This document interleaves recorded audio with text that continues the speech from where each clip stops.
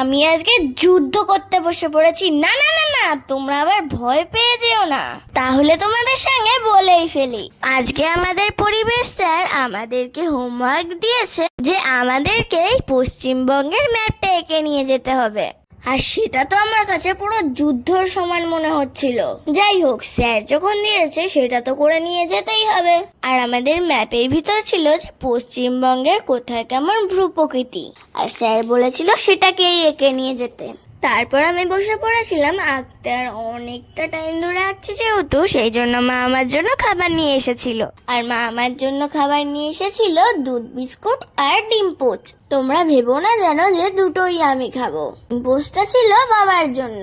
খাবারটা শেষ করে গায়ের এনার্জি বানিয়ে নিয়েছিলাম। আর তারপরে আমি শুরু করেছি আমার আসল যুদ্ধ, রং করা। আর শেষমেশ পয়েন্টিং করে রং করে ফাইনালি আমার ছবি আঁকাটা শেষ হয়েছে। আর আমার ম্যাপ আঁকাটা কেমন হয়েছে তোমরা বলতে ভুলো না যেন। আর তোমরা কোন ক্লাসে পড়ো সেটাও বলে যেও।